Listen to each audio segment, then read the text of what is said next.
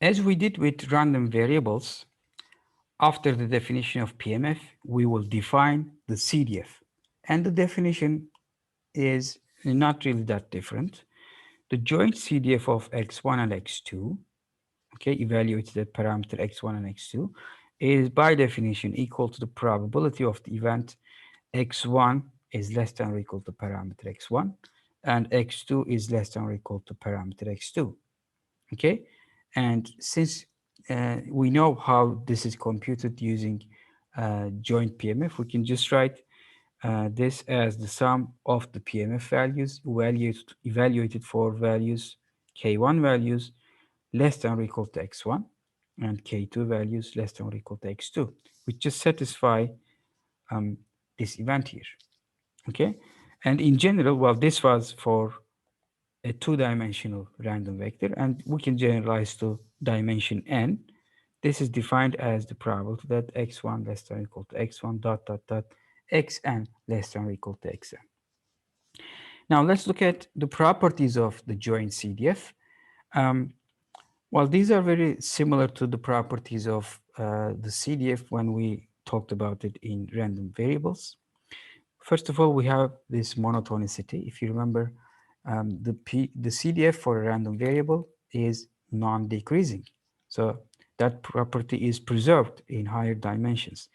If A1 is strictly less than B1, and A2 is less than B2, then the joint CDF at A1, A2, the smaller ones, okay, is less than or equal to the CDF, the joint CDF evaluated at B1 and B2.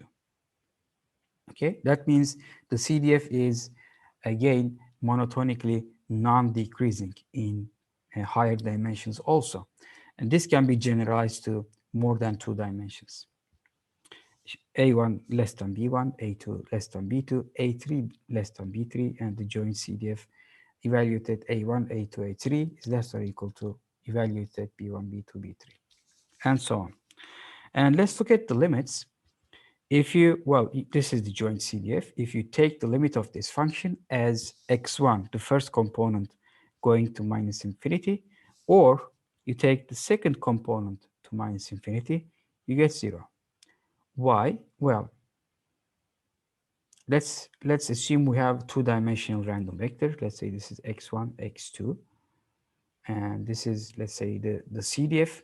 You see, x1 going to minus infinity is this extreme. When you go to that extreme, you will not cover any probability. Essentially, this is the probability that, well, while x1 goes to minus infinity, x1 less than or equal to x1 and x2 less than or equal to x2, and this is going to minus infinity. So x1 less than or equal to minus infinity, which will not be satisfied. Okay? So the probability for this will be 0. Similar with this, if you take this to negative infinity, now this event will not be satisfied. Therefore, these limits are 0. How about the other extreme? If you take both x1 and x2 to positive infinity, but this is important, you take them both, then you get 1. Because, well, this is x1 less than or equal to infinity and x2 less than or equal to infinity, which is satisfied always. So the probability for that should be 1. But you see, now here the limit is taken with both components, x1 and x2 going to infinity.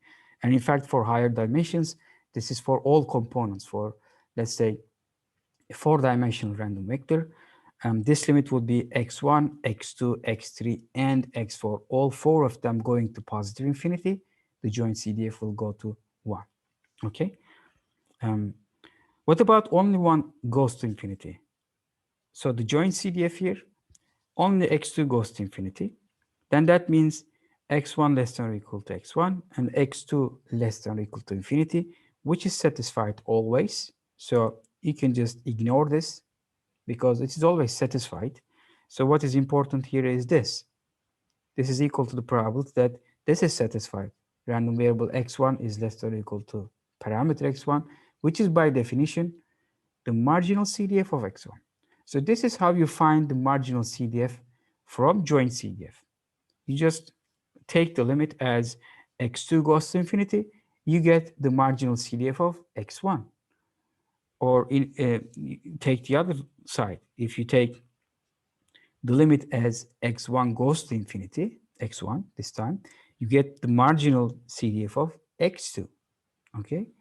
Or you can generalize this to higher dimensions. With a random vector of dimension 5, if you take x1, x3, and x4 to infinity, you get the joint CDF of x2 and x5, and so on. Okay, the other property, if you remember, the CDF for a random variable was continuous from right? The right limits always was equal to the function value. And here we have continuous from northeast. So something like this. x1 and x2, the function is continuous in this direction. But from this direction, it may be discontinuous. So x1 going to a, from right hand side, you take the limit that equals the joint CDF evaluated at a for x1 and x2. Or similarly, x2 is taken to a from right hand side, or in a decreasing fashion. You get the CDF value at x1 and a. Okay, if you take the left limits, they may not be equal because you might have jumps there for probability masses.